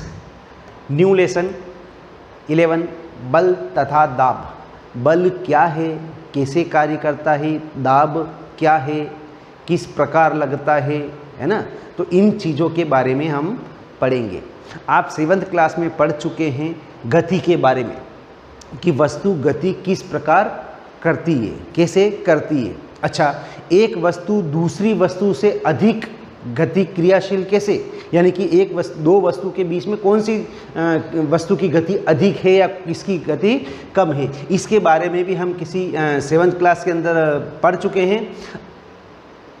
किसी वस्तु द्वारा एकांक समय में चली गई दूरी क्या सूचित करती है? एकांक समय में चली गई दूरी को हम चाल कहते हैं, ठीक है ना। तो आप यह भी जानते हैं कि ज़मीन पर लुढ़कती गेंद जैसी गतिशील वस्तु धीमी हो जाती है। हम ज़मीन पर एक गेंद यानी कि फर्श पर एक गेंद को लुढ़काते हैं तो वो धीरे धीरे उसकी स्पीड कम हो जाती है। कभी कभी वह अपनी गति की दिशा भी बदल देती है और हो सकता है वह दिशा भी बदल देवे। यह भी संभव है कि गेंद धीमी हो जाए या अपनी दिशा बदल ले। क्या आपने कभी सोचा कि गतिशील वस्तु धीमी तेज कैसे होती है? कोई भी गतिशील वस्तु या तो धीमी हो जाती है या तेज गति करने लगती है। तो यह कैसे होती है अथवा अपनी गति की दिशा कैसे बदल देती है, इन चीज़ों के बारे में हम पढ़ेंगे। कोई वस्तु अधिक गतिशील कैसे हो सकती है, धीमी कैसे हो सकती है या दिशा कैसे बदल सकती है। आइए अपने प्रतिदिन के कुछ अनुभवों को स्मरण करें। हम प्रतिदिन कुछ न कुछ कार्य करते हैं, उनके बारे में देखते हैं। किसी फुटबॉल को गतिशील करने के लिए क्या करते हैं?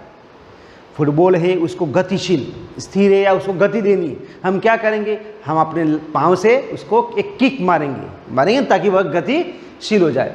किसी गतिशील गेंद को और अधिक तेज से चलाने के लिए आप क्या करते हैं? आप बॉलर फेंक रहा है गेंद, हम उसको और ज़्यादा तेज गति करने के लिए बल्लेबाज क्या करता है? बैट से मारता है तो वो और गति करता है। एक गोलक रक्षक गेंद को किस प्रकार रोकता है? हॉकी का खिलाड़ी हॉकी से प्रहार करके किस गतिशील गेंद की दिशा बदल देता है। अब देखिए, ये फुटबॉलर है, जो गोलकीपर होता है ना। अब जैसे किसी ने गोल मारा, उस बॉल को गति दी है, तो जो गोलकीपर होगा उसको क्या कर देता है? रोक देता है। तो उसको धीमा कर दिया, गति को रोक दिया उसने।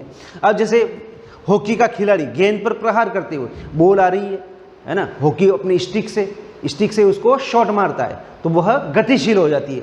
अब देखिए, फील्डर जो होता है, क्रिकेट आप खेलते हो, कभी कोई शॉट मारा किसी ने तो आप क्या करते हो? उस गेंद को रोक लेते हो। तो ये गति को रोक दिया, यानी कि क्षेत्र रक्षक गेंद को रोकते हुए।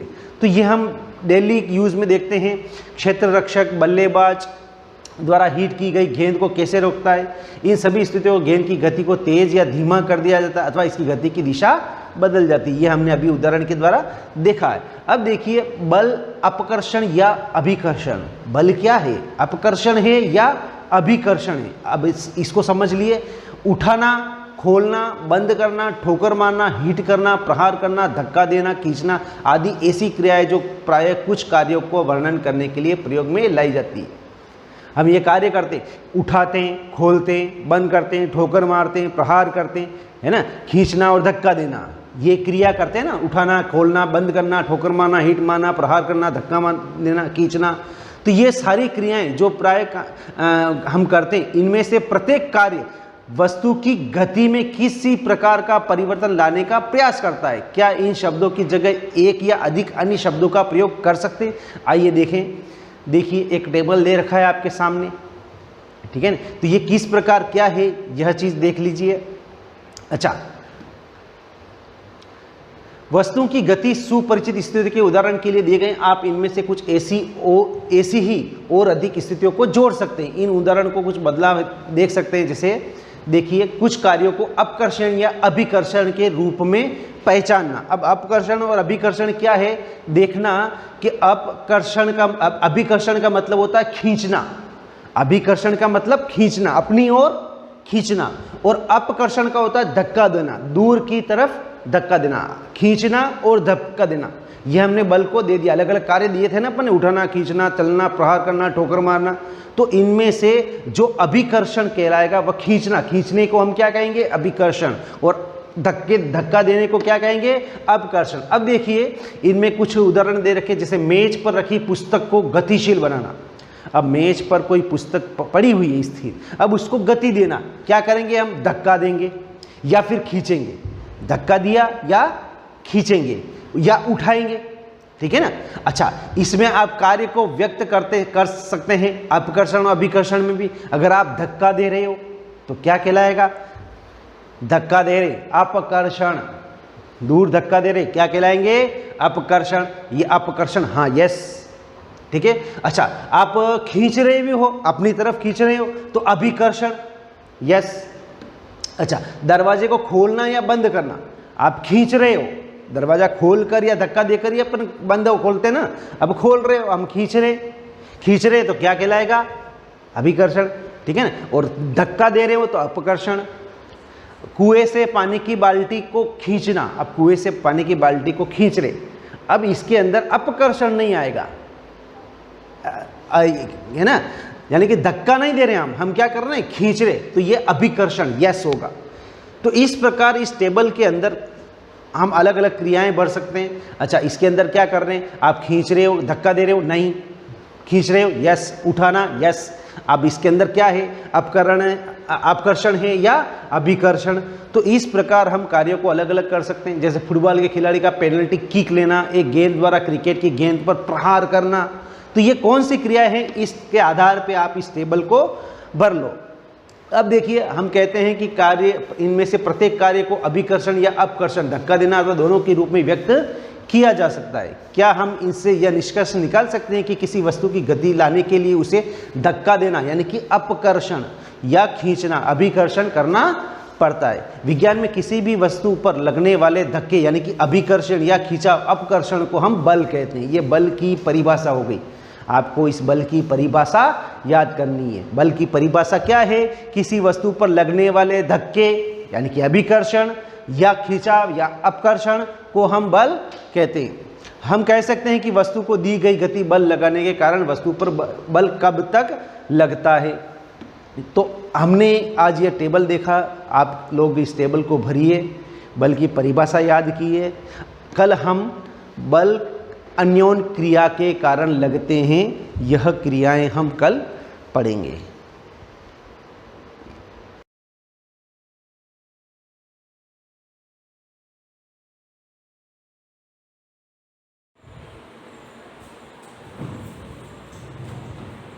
Good morning class. जैसा कि अपन प्रश्नावली 9 बीजी व्यंजक एवं सर्वसमिका, जिसके अंदर मैंने आपको सर्वसमिका के बारे में बताया था, उसी कड़ी में अपन आगे बढ़ते हैं। ध्यान से देखिए, प्रश्नावली 9.5 का सवाल नंबर पहला मैंने आपको हल करवा दिया था। इसी कड़ी में आगे बढ़ते हैं। सवाल नंबर दूसरा देखिए, आपको सर्वसमिका दे रखी है, इस सर्वसमिका का आपको उपयोग करना है और आंसर निकालना है। ठीक है, देखिए ध्यान से सवाल नंबर 2, निम्नलिखित गुणनफलों को ज्ञात करने के लिए सर्वसमिका एक्स बी बराबर x square plus A plus B X plus A B का उपयोग कीजिए। ठीक है, सवाल नंबर पहला देखना है। सर्वसमिका आपको दे रखी है, इसका आपको उपयोग करना है। ध्यान से देखना है, x plus a x plus b बराबर x square plus A plus b vertical into x plus a into b. ये सर्वसमिका दे रखी है आपको, इसका उपयोग आपको करना है। ठीक है, सवाल नंबर पहला देखिए ध्यान से, एक्स प्लस 3 एक्स प्लस 7। ठीक है, इसके अंदर अपन इस सर्वसमिका का अपन उपयोग करेंगे। ध्यान से देखना, सबसे पहले यहाँ पे x की जगह आपको x रखना है, x की जगह x रखना है, a की जगह 3 रखना है, b की जगह आपको 7 रखना है। ठीक है, आपको x की जगह x रखना है, a की जगह आपको 3 रखना है, b की जगह आपको 7 रखना है। ये तीनों की वैल्यू जो है वो इस सूत्र में आपको रखनी है। देखो कैसे रखते हैं, एक्स स्क्वायर प्लस बड़ा कोष्टक ए प्लस बी कोष्टक बंद into x plus a into B.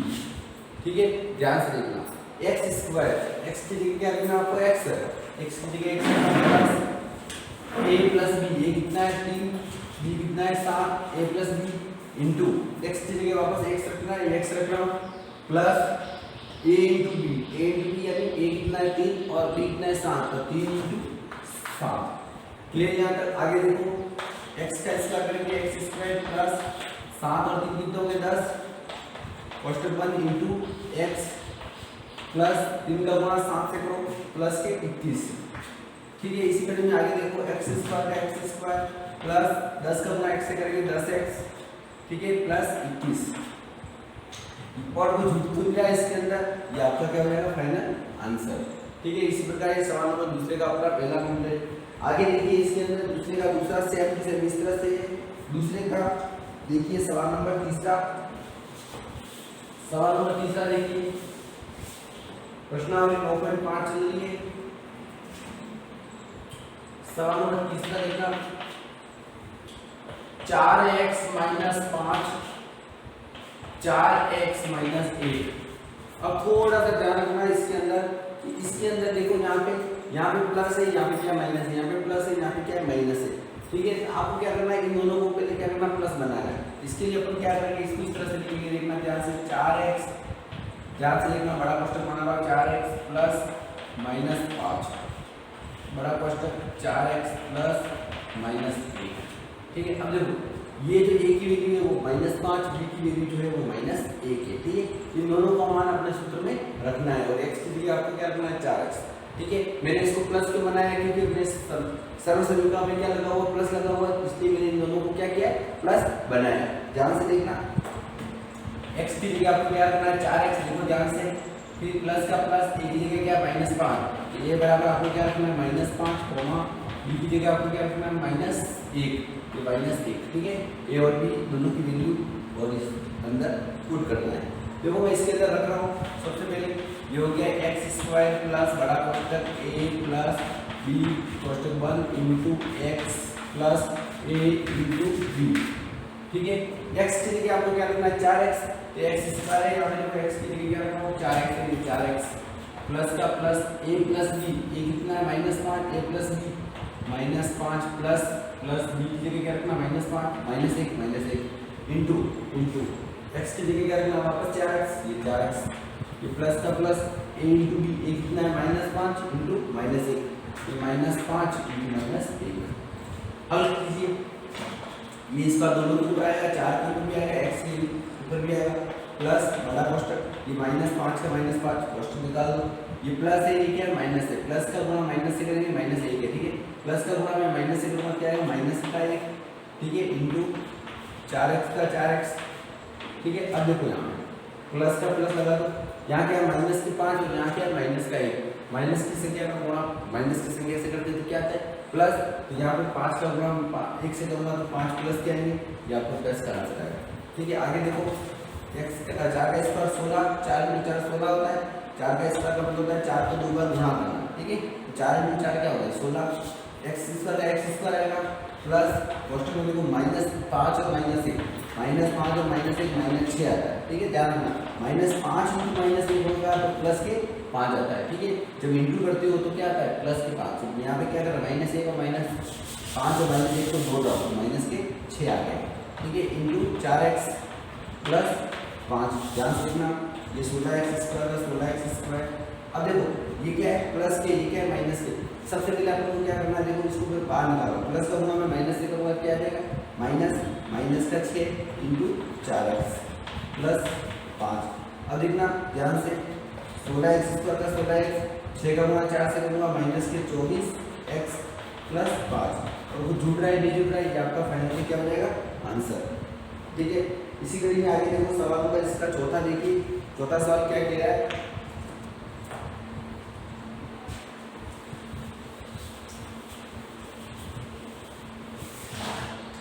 चौथा सवाल क्या कह रहा है ध्यान से देखना।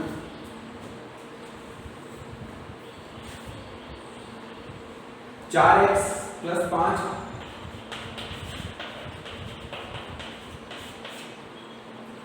4x minus 1। ठीक है, देखना यहाँ पे क्या लिखा हुआ, एक प्लस का एक माइनस प्लस का, यहाँ पे प्लस के है यहाँ पे माइनस का है, इसको क्या करेंगे प्लस बनाएंगे। देखना ध्यान से, यहाँ पे क्या लिखूंगा 4x प्लस 5 का 5 ये बराबर है, इसको क्या करूँगा 4x प्लस माइनस को एक कोष्टक में लिख दूंगा, ये दोनों सेम सर्वसमीकरण के समान बन गए। अब देखो यहाँ पे आपको x की जगह क्या रखना है 4x, a की जगह रखना है 5, x की जगह वापस 4x, b की जगह रखना -1।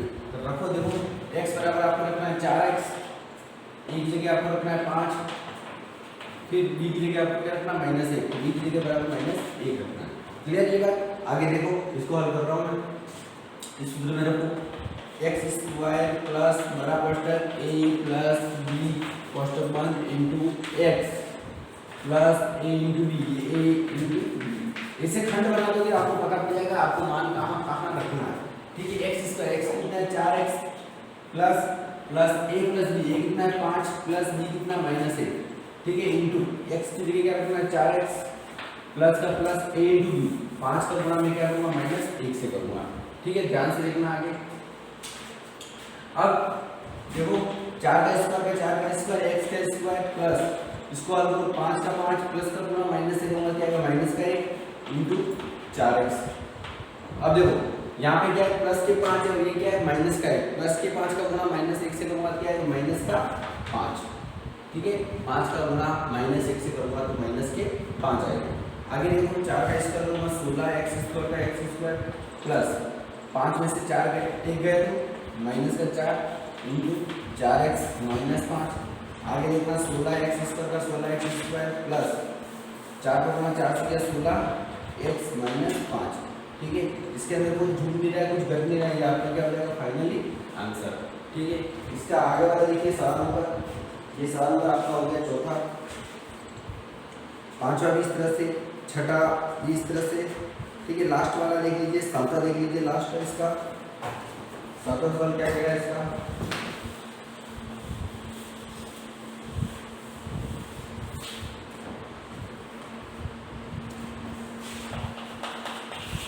सातवां सवाल देख लीजिए, x y z -4 x y z -2। ठीक है, यहाँ पे देखना x y z -4 x y z -2। इस सवाल को हल करूँगा, ये देखना ये माइनस का ये माइनस का, इन दोनों को क्या करना प्लस प्लस बनाना है। तो सबसे पहले मुझे कंडीशन मैंने आपको पहले ही बताया था x y z का z, फिर इसको प्लस बनाऊंगा क्या करूँगा -4 पॉजिटिव में लिख देता हूँ। उसी प्रकार यहाँ पे लिखना x y z प्लस बनाऊंगा, इसको क्या लिखूँगा माइनस लिखूँगा, तो बड़ा कोष्टक बंद। ठीक है, ये हो गया x, ये हो गया a, ये हो गया x और ये हो गया b। ठीक है, क्या रखना x का मान क्या रखना है x y z। ठीक है, a का मान आपको क्या रखना है -4, b का मान क्या रखना है आपको -2। क्लियर बात? आगे देखो इसी गति में, यहाँ पे मैं आगे हल कर रहा हूँ x² plus a plus b कोष्टक बंद into x plus a into b, तीनों के मान में इसके अंदर रखा हूँ। ध्यान से देखना, x की जगह y z रखना, a की जगह -4 रखना, b की जगह -2 रखना। सबसे पहले आपको x दिख रहा है x², x की जगह क्या रखना है x y z, ये x y z प्लस का प्लस a प्लस b, ये क्या है ये रहा a प्लस b क्या है -2 रख दिए, फिर इंटू x क्या है रहा x y z रखना है प्लस का प्लस a इंटू b, ये कितना है -4 इंटू -2, ये -4 इंटू -2। आगे हम करो, ये इस बार लगा हुआ तीनों के ऊपर लगाना है, x के ऊपर लगाना है, y के ऊपर भी लगाना है, z के ऊपर भी लगाना है। क्लियर? प्लस का प्लस -4 और -2 माइनस के 6। ठीक है, into x y z positive में। क्लियर? अब देखो ये प्लस -4 और माइनस की 2, -4 का गुणा -2 से करेंगे माइनस माइनस क्या होता है प्लस, तो माइनस के 4 का गुणा -2 से करेंगे तो प्लस के क्या आ जाएंगे 8। ठीक है, आगे देखो ये x² y² z², ये माइनस के 6 और ये क्या है प्लस के x y z है। ध्यान से देखना, माइनस के 6 का गुणा x y z से होगा माइनस के 6 x y z प्लस 8। अब इसको बाहर निकालो, देखना x² y² z² प्लस का गुणा माइनस से होगा -6 x y z प्लस 8। ये आपका क्या हो जाएगा आंसर। ठीक है, इसी प्रकार जो भी सवाल आगे बाकी है आपको वो आपको करने हैं। सवाल नंबर दूसरा यहीं पे खत्म होता है। आगे एक और नेक्स्ट सवाल अपन जो है वो नेक्स्ट वीडियो में देखेंगे। सवाल नंबर दूसरा अपना यहीं पे खत्म होता है। इससे जो भी सवाल बाकी है वो आपको बैठे बैठे घर पे हल करने हैं। ठीक है, और नहीं समझ में आए तो आप व्हाट्सएप ग्रुप में भेजो, जिस तरह सवाल समझ में नहीं आ रहा है उसका हम निश्चित रूप से समाधान करेंगे। Thank you.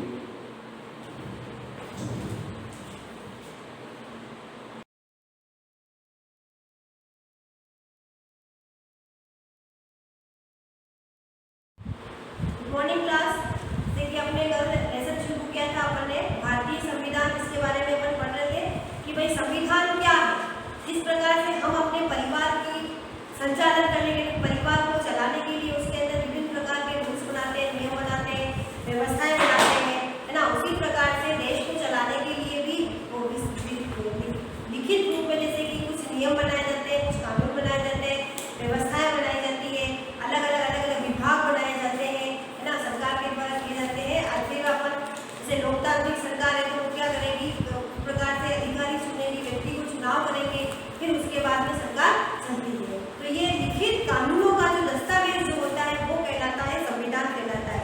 जैसे कि इसकी परिभाषा भी आप लिख सकते हो, जैसे कि किसी राज्य में शासन व्यक्ति और उसके आपसी संबंधों को निर्देशित करने वाले सभी नियमों एवं कानूनों का जो संग्रह होता है वो संविधान कहलाता है। ये चीज भले आप लिख लेना, इसमें मैं यहाँ नोट कर लेती हूँ। किसी राज्य में शासन, किसी राज्य में शासन व्यक्ति और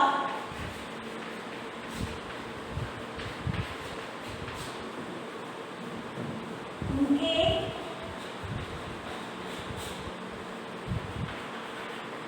आपसी संबंधों को निर्देशित करने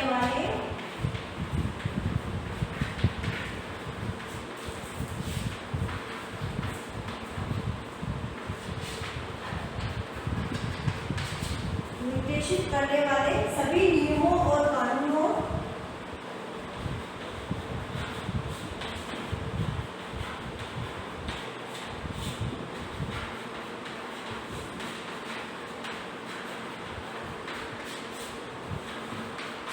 कानूनों का संग्रह संविधान कहलाता है।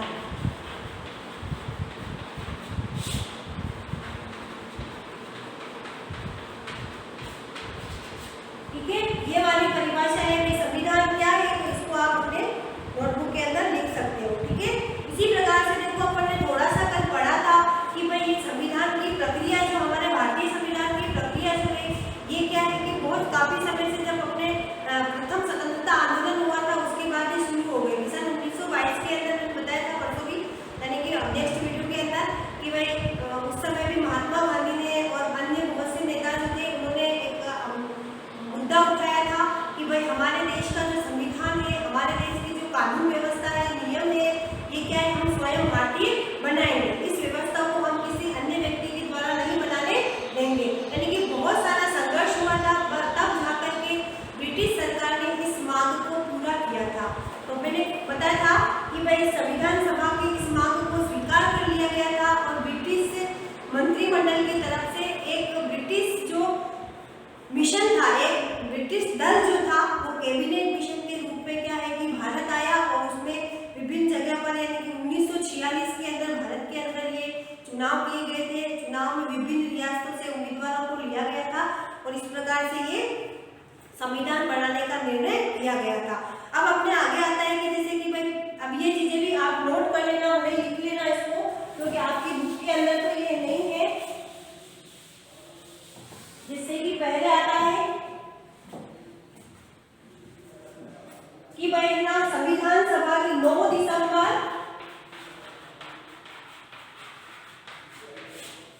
सन 1946 को संविधान सभा की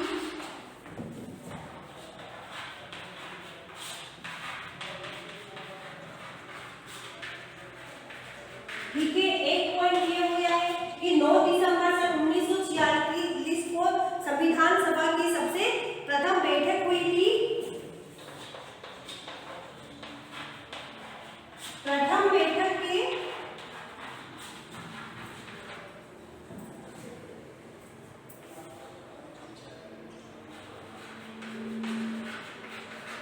अस्थायी अध्यक्ष सच्चिदानंद सिन्हा को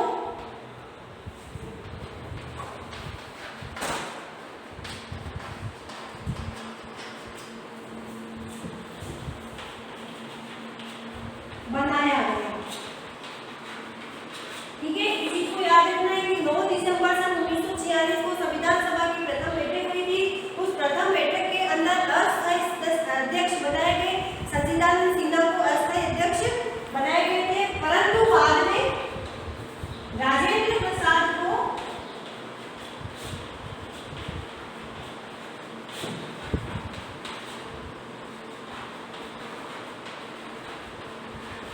संविधान सभा का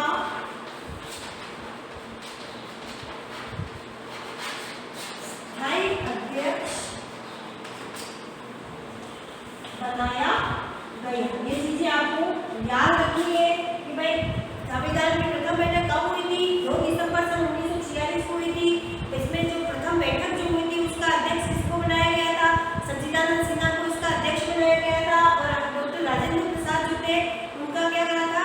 उनको स्थायी अध्यक्ष के रूप में उनको बनाया गया था। देखो संविधान सभा में पंडित जवाहरलाल नेहरू ने 13 दिसंबर सन 1946 को संविधान के उद्देश्यों को तय करने वाला एक उद्देश्य प्रस्ताव भी रखा था। अब ये भी आता है कि भाई महात्मा गांधी ने पंडित जवाहरलाल नेहरू ने उद्देश्य प्रस्ताव जो था वो कब रखा था? 13 दिसंबर सन 1946 को उन्होंने एक उद्देश्य प्रस्ताव रखा था जो कब पूरा हुआ था? 22 जनवरी सन 1947 को सभी की सहमति से पारित हुआ था। ये चीज भी है तुम्हारे पंडित नेहरू द्वारा 13 दिसंबर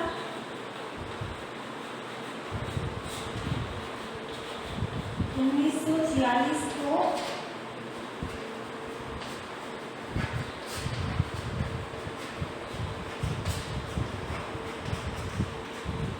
उद्देश्य प्रस्ताव रखा गया और 22 जनवरी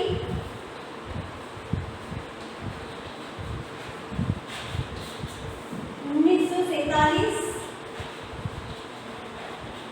को यह उद्देश्य प्रस्ताव सभी की सहमति से पारित हुआ था। यानी कि इसको 13 दिसंबर सन 1946 को पंडित नेहरू ने उद्देश्य यानी कि विभिन्न प्रकार के जो भी हमारे उद्देश्य है उनको पूरा करना था। ये प्रस्ताव उन्होंने रखा और सन 22 जनवरी सन 1947 को ये प्रस्ताव पारित किया गया था। फिर ये संविधान सभा की एक प्रारूप समिति भी बनाई गई थी। प्रारूप समिति के जो अध्यक्ष थे वो डॉक्टर भीमराव अम्बेडकर को बनाया गया था। संविधान सभा ने 2 वर्ष 11 माह 18 दिन में यानी कि 114 दिन की बैठकों के पश्चात हमारा संविधान तैयार हुआ था। 26 नवंबर सन 1949 को संविधान सभा ने इसको पारित कर दिया था और 26 जनवरी सन 1950 को इस संविधान को संपूर्ण देश में लागू कर दिया गया था।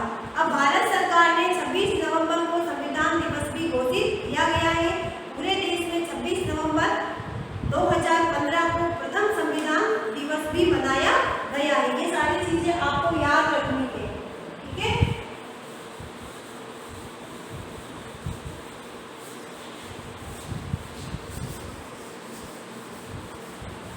अब ये चीजें थी वे तो मैंने आपको एक्स्ट्रा बताई थी, ये अपने बुक के अंदर अभी तक नहीं आई है ना। अपना लेसन स्टार्ट तो कर दिया है परंतु ये सारी चीजें इसमें नहीं आई है। और अपन अब नेक्स्ट वीडियो के अंदर अपन क्या करेंगे, अपने जो मेन मुद्दा है अपना लेसन जो है इसको अपन स्टार्ट करेंगे। किस प्रकार से इसके अंदर विभिन्न प्रकार के उदाहरण दिए गए हैं, इन उदाहरणों के माध्यम से अपन पढ़ेंगे, ठीक है। जितना पढ़ा है अपन ने कम से कम इनको आप देख लेना और याद भी करना।